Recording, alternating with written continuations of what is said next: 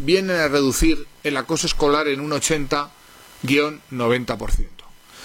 No totalmente, porque podemos sufrir dinámicas de acoso a pesar de poner todos estos medios, pero bloqueamos la inmensa mayoría de los casos que sufren los niños a lo largo de meses, de cursos, de años enteros, sin que ningún responsable educativo adopte medidas, ni siquiera haya instrucción, por supuesto, mucho menos actuación sancionadora contundente.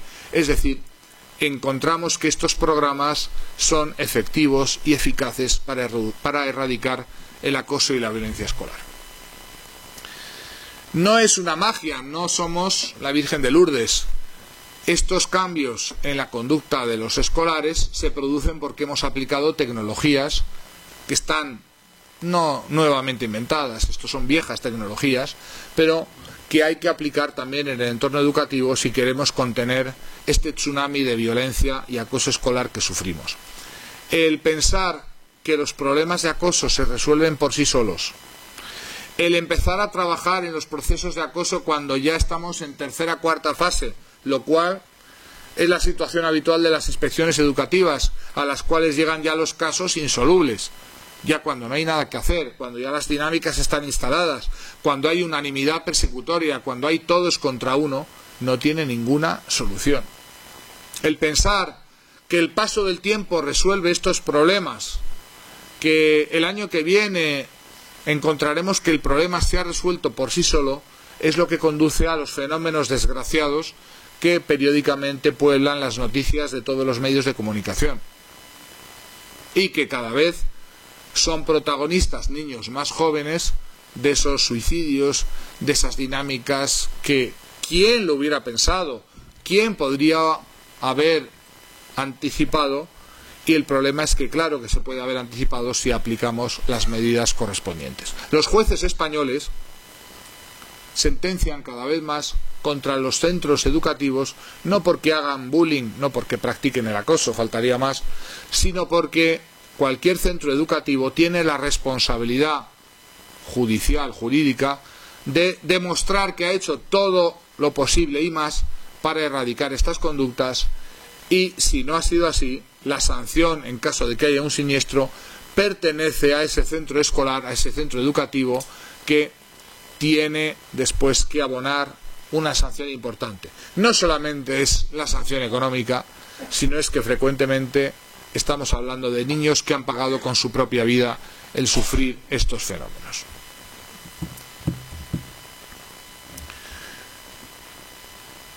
La existencia de casos de acoso y violencia escolar es una denuncia real, tácita, de que no estamos haciendo las cosas bien en nuestro entorno educativo. No sirve de nada consolarnos diciendo que siempre ha existido, que nadie puede intervenir en relaciones que son entre iguales, entre niños, que no se puede forzar, decían algunos, a ser amigos a los que no quieren ser amigos. No estamos hablando de eso, estamos hablando de garantizar un entorno libre de violencia a alumnos que están a cargo de responsables educativos, que tenemos, subrayo, la responsabilidad moral primero y judicial, legal después, de hacer todo lo necesario para bloquear estas dinámicas. Nada es de este problema resulta extraño cuando evaluamos lo que está ocurriendo en una sociedad que es al mismo tiempo cada vez más crítica con la violencia, pero al mismo tiempo soterra en formas más invisibles de violencia su propia violencia. Es cierto que las dinámicas de violencia física, las agresiones directas físicas, enseguida reciben atención, enseguida reciben contención, incluso sanción. Pero es mucho más problemático el caso más habitual, estadísticamente hablando, de los niños que sufren violencias psicológicas que no dejan rastro, que no dejan huella, pero que sí dejan la herida invisible que denominamos estrés postraumático, trastorno de estrés postraumático, que son cuadros que tienen después los niños que sufren bullying. En una sociedad violenta, pero que soterra sus formas de violencia en modalidades cada vez más psicológicas, el bullying está llamado a permanecer, a no ser que adoptemos medidas inteligentes, efectivas, probadas, y no meramente medidas voluntaristas. Muchos programas que se dicen de fomento de la convivencia, charlas de valores, programas que se dicen contra el acoso escolar, no resisten la realidad de evaluar antes y después la incidencia del acoso escolar. Todos los programas que se quieran implantar en un centro escolar tienen que tener como fielato, como criba, como piedra de toque, la medición antes y después. Si un programa de acoso escolar, si una charla de valores, si un programa de convivencia no reduce la tasa por la que los niños nos reportan ser víctimas frecuentes de comportamientos de acoso y violencia escolar, ese programa, esa charla, esa inversión no sirve para nada. Desgraciadamente, en tantos lugares, en tantos entornos educativos, se prefiere mirar a otro lado y seguir voluntaristamente invirtiendo en herramientas, en programas, en actuaciones que se sabe desde muy antiguo que no van a modificar el problema, pero que, bueno, dan la sensación ante la comunidad educativa, ante los padres, de que algo estamos haciendo, de que nos estamos ocupando del problema, de que ya estamos desarrollando un protocolo, un programa, pero veréis que detrás de esos desarrollos no hay ninguna medición que nos permita acreditar que esos programas son efectivos, son eficaces a la hora de erradicar el acoso escolar. Bueno, yo me callo en este momento y, si lo estimáis oportuno, dejamos un tiempo para que podáis hacer las preguntas, las cuestiones que os preocupen, los comentarios, siempre y cuando sean breves. Si os pido una cierta brevedad. Si hay personas que quieren contar su caso, que sea por favor muy breve, o el caso de sus hijos, porque intentaremos que haya la máxima participación posible. Gracias.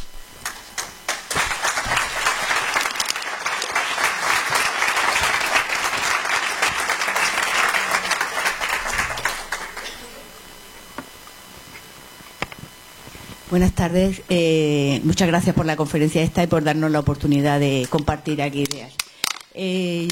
Bueno, yo soy docente y docente de secundaria y bueno, pues tengo ya, os imagináis que tengo experiencia en estas cosas, pero yo creo que no tengo experiencia en casos de acoso escolar. Quiero decir que no lo he visto, no creo que pertenezca a ese grupo de negacionistas, sino creo que la convivencia social es muy agresiva.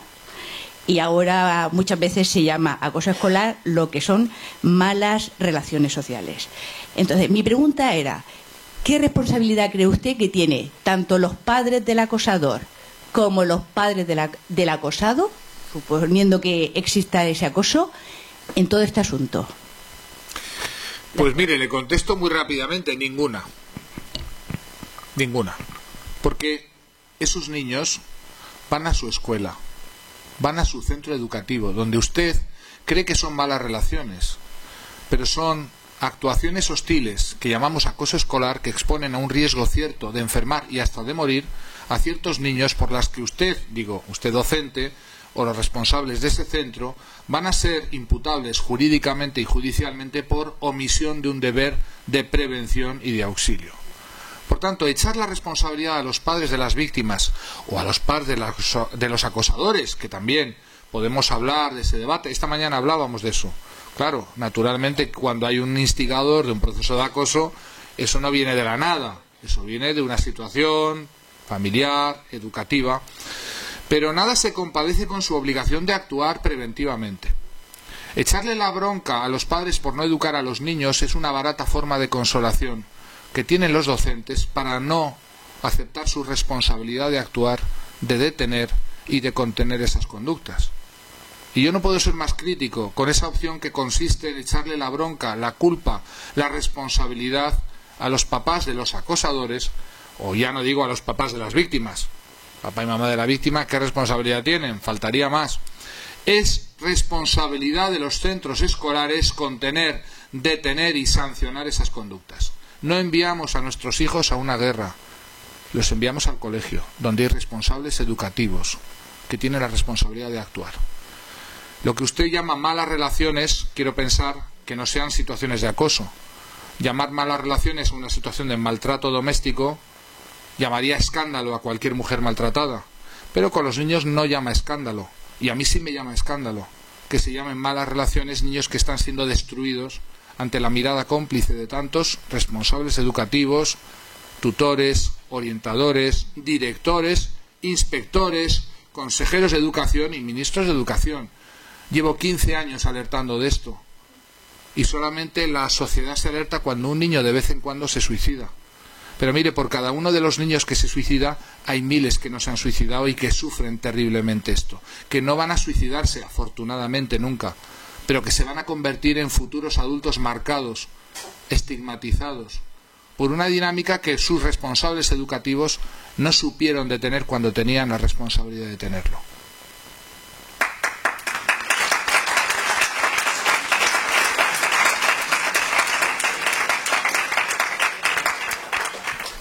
Buenas tardes. Yo pertenezco a una asociación contra el acoso escolar formada por personas que estábamos sensibilizadas con el tema. Se llama Murcae. La creamos en septiembre-octubre de este año. Hemos iniciado.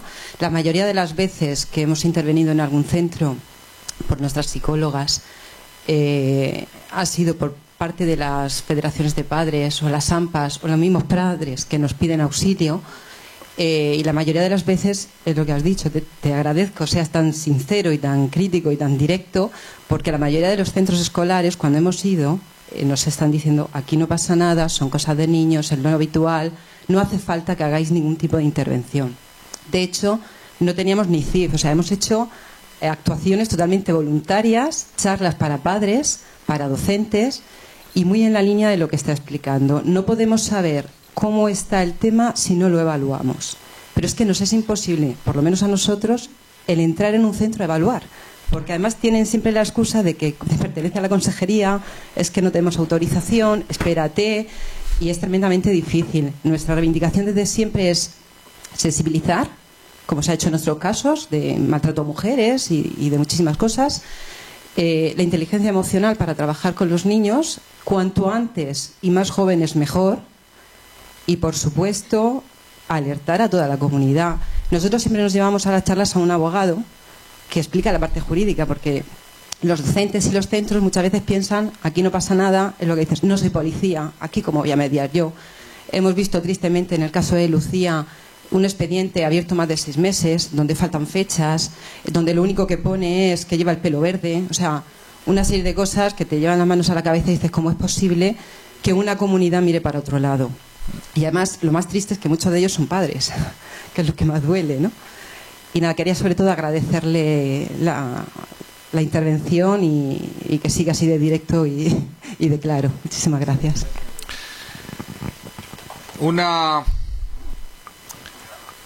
Yo nací en Madrid, soy de Madrid, pero mis orígenes son vascos. Y yo tenía una tía abuela vasca de estas de caserío que decía que nunca quería ir al médico, porque siempre que vas al médico algo te sacan, ¿verdad? Que es del colesterol, el azúcar, no sé qué. Bueno, pues los centros escolares son como esa tía abuela mía que no iba al médico porque siempre que vas al médico algo te encuentra. El hecho de no evaluar, de no medir, no significa que no haya un problema. Es todo lo contrario. El hecho de no evaluar significa la mala conciencia que muchos centros, diría una mayoría de centros tienen, de que no queremos medir porque si medimos, claro, hacen bien en ir con un abogado. Dicen los juristas, nace la responsabilidad de actuar ante lo que conocemos. Y mientras no conocemos, supuestamente, no hay la responsabilidad de actuar. Entonces, claro que es muy relevante medir. Cuando yo en 2007 lancé los datos del barómetro Cisneros 10, el 10º que hacíamos, con 24.000 niños en España. Por cierto, Comunidad Murciana salía uno de las comunidades que salían por debajo de la media del promedio nacional. Lo digo porque no sé quién dice que es lo contrario. Bueno, un 21%, aún así no es como para consolarse, pero bueno, no es la comunidad que salía más afectada por bullying, que era el País Vasco, Navarra, Cantabria, Andalucía, pero no Murcia, que quedaba muy por debajo, lo mismo que Castilla-La Mancha, lo mismo que Aragón, lo mismo que las Islas Canarias, ¿verdad? Pero da igual, estamos hablando de un 20% de niños, que es una enormidad, 21% en Murcia. Entonces, el no medir significa que no sabemos dónde estamos, ni a dónde vamos, ni si nuestras medidas son efectivas. Y es muy interesante no medir, porque si yo desarrollo un programa de charlas de valores, de convivencia escolar, o de lo que usted quiera, de fomento de la dieta mediterránea, siempre y cuando no midas la incidencia del acoso escolar, no vas a poderte contrastar la efectividad de tu tratamiento, es decir, de si eso reduce de verdad el problema. Y estamos ante ese problema. Que claro, yo me parece muy bien cualquier método del que ustedes quieran, pero hagan el favor de medir antes y después. Porque si medimos antes y medimos después, y eso no tiene incidencia en las tasas de acoso escolar, es que ese programa, esa charla, esa inversión no sirve para nada. Para nada. Porque la medición no resiste la propaganda ni la ideología. Y desgraciadamente en el sector educativo hay mucha propaganda y mucha ideología. Y muy poca medición y muy poca tecnología. Porque miren, yo no soy sospechoso de ser de nadie. Ni de aquí, ni de allí, ni de arriba, ni de abajo. Pero llevo muchos años denunciando que la única forma de enfrentarnos al acoso escolar es medir. Y claro, todo el mundo se empeña en no medir. Pregúntense por qué. Porque si medimos nos encontramos que tenemos el problema y que nuestras buenísimas políticas de fomento de la convivencia, de charlas de valores, de erradicación de no sé qué, de policías en las aulas, no tienen ningún efecto en la disminución de las tasas de acoso escolar. Y ese es el problema. Entonces yo les diría, como asociación, y aquí hay padres y madres de las AMPAs, exijan la medición. Porque, bueno, no importa que exijan que se aplique el programa AVE, me da igual. Pero exijan que se mida, porque alguien que mide el colesterol de aquella tía abuela mía le puede decir, señora, que como siga usted así va a tener un problema de salud. Y la medición reporta la realidad ante los ojos de autoridades educativas que desgraciadamente son muy complacientes con este fenómeno. Claro, después nos llamamos a escándalo cuando de vez en cuando aparece una Lucía que se suicida, o un Diego que con 11 años deja una carta y se tira por el balcón. Y claro, decimos, ¿quién lo hubiera pensado? Y resulta que en esos centros escolares, cuando empezamos a investigar, encontramos que no son los únicos, que claro que lo sabían, que claro que no se hicieron bien las cosas, que claro que todos los fenómenos que estamos describiendo aquí, los supuestos expertos, ¿verdad? Y que los responsables educativos, claro que tenían una responsabilidad de actuar.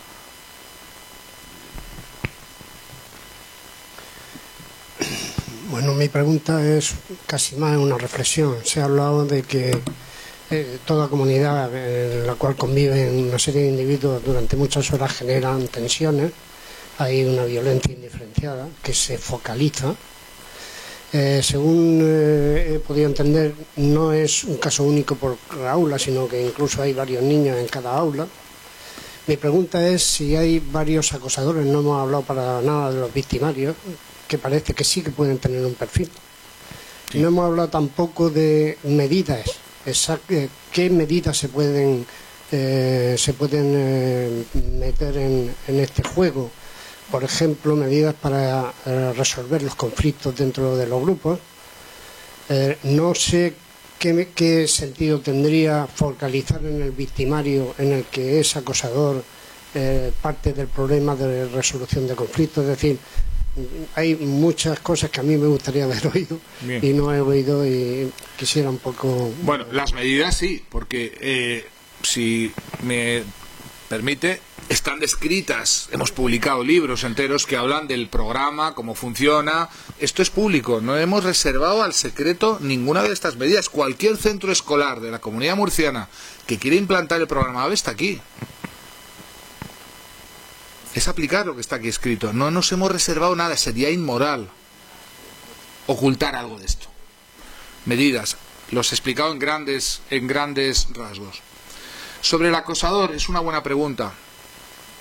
El problema del bullying no solamente es un problema de la víctima. Básicamente yo me dedico a las víctimas. A mí quienes me importan son las víctimas. Permítanme, vamos a empezar por lo principal. Pero permítanme decir que como sociedad, estos niños que se acostumbran a que hostigando al compañero no pasa nada, no crean que quedan ahí. Avanzan. Y en la edad adulta se convierten en depredadores sociales, laborales, vecinales. psicópatas integrados, auténticos psicópatas. No digo de en broma, psicópata. No, piensen ustedes en el concepto cada vez más inquietante, al que yo también me dedico por otros lados, de la presencia cada vez más numerosa de psicópatas integrados en nuestra sociedad. No Aníbal el caníbal, ¿eh? No, quítense la cabeza esto de las películas, de los señores que se comen a sus víctimas. Esos psicópatas existen, pero son muy poquitos. Los inquietantes son los encantadores, los que están aquí, y los que se han especializado en eso en la etapa escolar. ¿Vale? Entonces, es un problema social, porque el que practica estas conductas contra sus compañeros y ve que no pasa nada, aprende algo. Claro que es una escuela para los acosadores. Aprende que sale muy barato hacerse con el poder social a través de destruir a una persona. Que se puede someter al grupo entero a base del miedo a no ser seleccionado como víctima. Como dicen muchos niños en nuestras investigaciones, prefiero ser de la panda del acosador que de la panda de la víctima, natural, ¿verdad? Entonces, esos niños que fueron no investigados por nosotros, sino por el profesor Olveus, investigador noruego muy notorio en bullying, que siguió cohortes de niños a lo largo de décadas enteras, descubrió en qué se convertían los niños que hostigan recurrentemente, que acosan a sus compañeros. ¿Saben en qué se convierten? Un 24% de ellos, antes de los 21 años, delinquen. Importante, ¿eh? Se convierten en delincuentes penales. No delincuentes sociales, de menores, delincuentes penales, normal. ¿Cuál es la escuela? Pues la escuela es que en la escuela no pasa nada. Y que puedo hostigar, que puedo intimidar, que puedo coaccionar, que puedo quedarme con el dinero, el juguete o la merienda del otro, o el poder del grupo a base de hostigar a aquel que es más vulnerable del grupo. Es un aprendizaje tóxico. Por tanto, no solamente estamos hablando de salvar a las víctimas, principal objetivo de mi trabajo, las víctimas. Permítanme que yo primero me dedico a las víctimas, luego ya veremos los acosadores. Pero es que los acosadores no se quedan ahí, se van graduando, después licenciando y luego doctorando. Y se convierten en problemas sociales que luego la sociedad no tiene más remedio que aplicar el Código Penal. Menudo remedio, diríamos, ya cuando hay otros tipos de víctimas que ya sabéis, ¿no? Entonces, los acosadores sí tienen un perfil. Y necesitan ser contenidos, sancionados, necesitan que haya consecuencias a sus actuaciones. No vale consolarse baratamente con decir que es responsabilidad de las familias. Sí, claro, lógicamente, un niño que no ha recibido la contención, la educación, los límites en su casa, llega al colegio, como dicen los profesores, este viene en bruto, en silvestre, ¿no? Sí, es cierto lo que dicen. Pero el sector, o digamos el entorno educativo, tiene la responsabilidad de contener esas conductas. No podemos decir que como vienen así, pues dejémoslos destruir a nuestras perlas, a nuestros niños, porque claro, como no los han educado en casa, ¿quién somos nosotros para ponerles límites? Pues miren, ustedes son los responsables, los garantes legales de que eso no ocurra. Y si no, se les va a exigir legalmente y judicialmente. Es lo que cada vez más ocurre, que los jueces no se consuelan diciendo, ¡ay, quién lo hubiera pensado! No, dígame usted qué ha hecho para prevenir, para contener, para sancionar estas conductas. Por tanto, la lucha contra el acoso escolar no solamente es a favor de las víctimas, sino también en favor de futuras víctimas que en el ámbito adulto después se van a replicar. ¿O qué piensan que el que instiga el acoso contra un compañero cuando es adulto va a hacer? ¿Se va a convertir en un angelito? Pues no.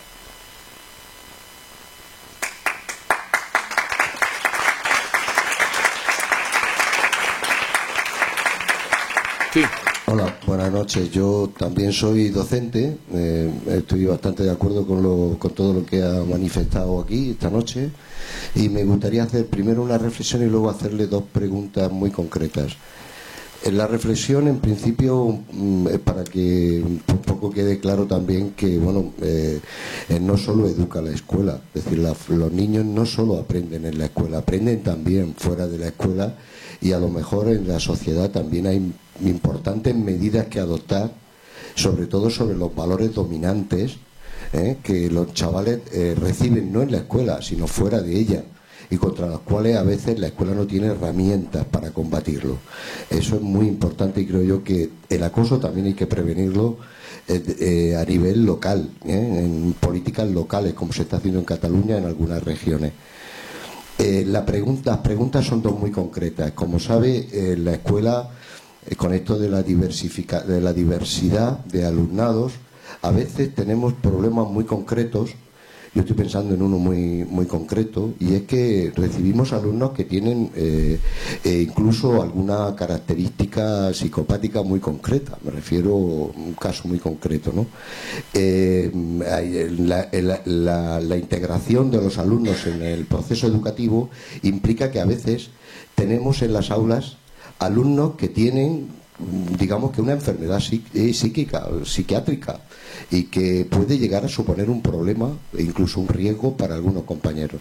Me gustaría que me dijera cómo se debería actuar en esos casos, porque en los centros cada vez tenemos menos recursos. Como bien sabe todo el mundo, los recursos disminuyen, no aumentan, especialmente en la escuela pública. Y la segunda pregunta que le haría es si conoce el protocolo de acoso que existe en esta región, que es una ley de hace unos cuatro años, creo, si no me equivoco, y si le parece bueno, o incluso le pediría si conoce algún otro protocolo de actuación institucional en los centros educativos que esté dando mejores resultados que el nuestro, porque yo el que tenemos en la región me parece que es excesivamente burocrático y muy poco efectivo. No sé qué piensa usted. Gracias. Bueno, empiezo por la última pregunta. Mire, el protocolo que tienen ustedes en su región y el de todas las demás comunidades autónomas españolas son inefectivos. ¿Por qué? Porque no miden preventivamente, porque se ocupan de los casos cuando ya son insolubles, porque empiezan a actuar cuando ya la situación es irreversible y la situación en última fase no se puede revertir de ningún modo, y porque jamás esos procedimientos son preventivos, son reactivos. Esos procedimientos empiezan a actuar cuando hay notoriedad de un caso. Reaccionan a la incidencia de un caso. Nunca empiezan a trabajar en modo preventivo. Resultado de eso, no tienen ninguna efectividad a la hora de contener.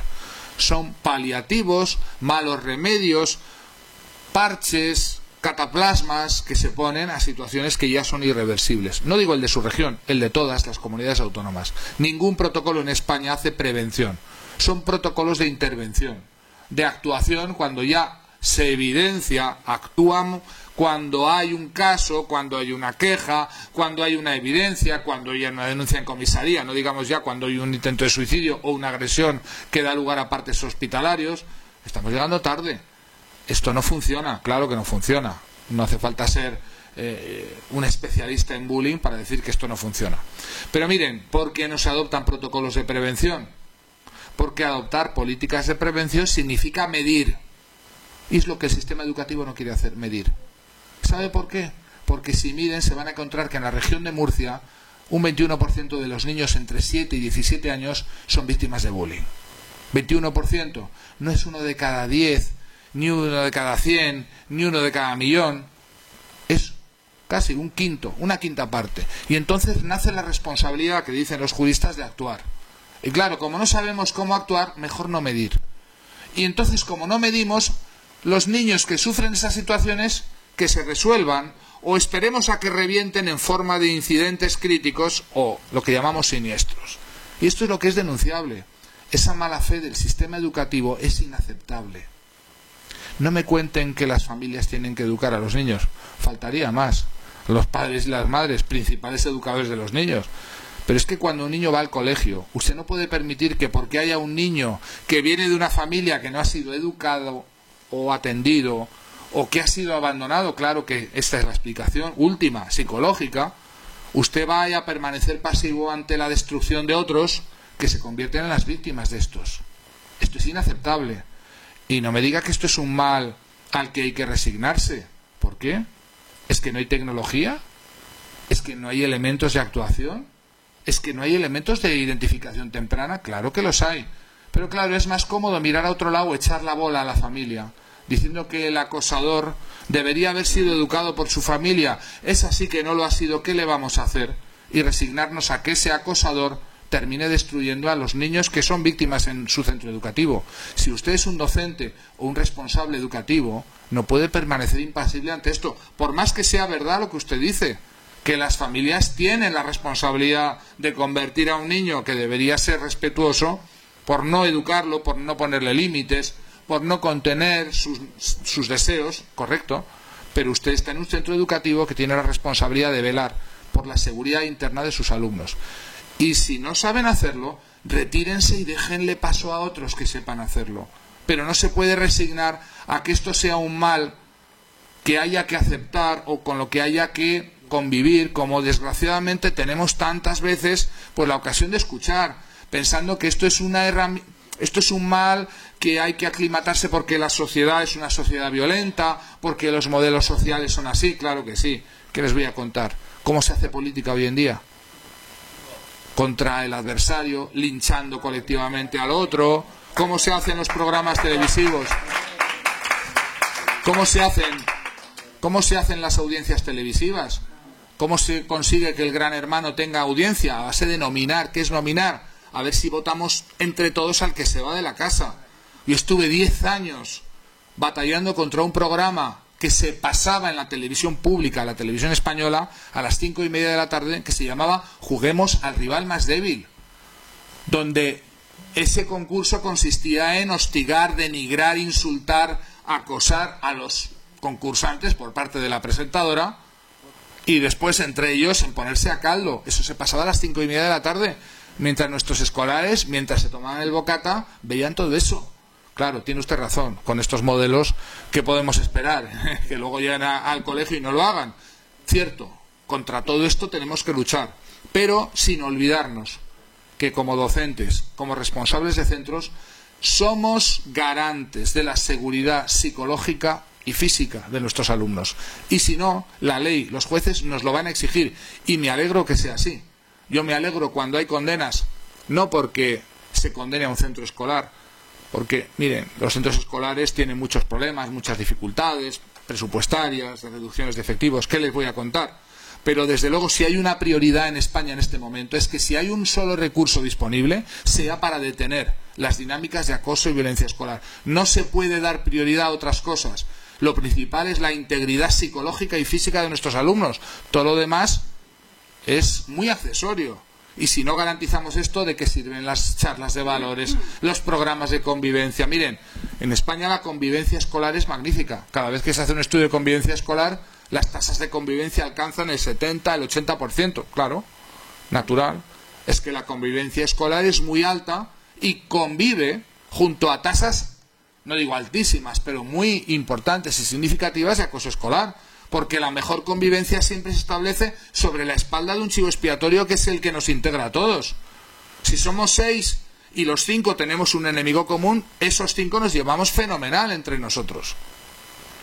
Por tanto, no se equivoquen, la convivencia, los programas de fomento de la convivencia, que me parecen muy bien, no tengo nada contra ellos, no significan erradicar el acoso escolar.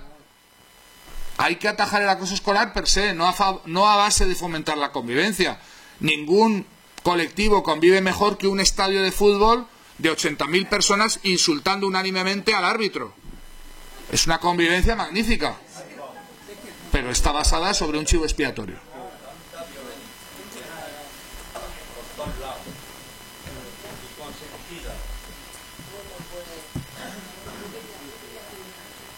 Bueno, es que creo que ya hemos terminado, no fina, ya damos por los lamentos. Se nos ha quedado corta. Muchísimas gracias, doctor Piñuel. Muchísimas gracias a todos por haber estado esta tarde aquí en esta conferencia. Se nos ha quedado corta. Tendremos que volverlo a invitar. Tendremos que volverlo a traer en cuanto la fe nos lo permita. Y nada, gracias a todos por esta tarde tan estupenda que hemos pasado y aprendido. Gracias.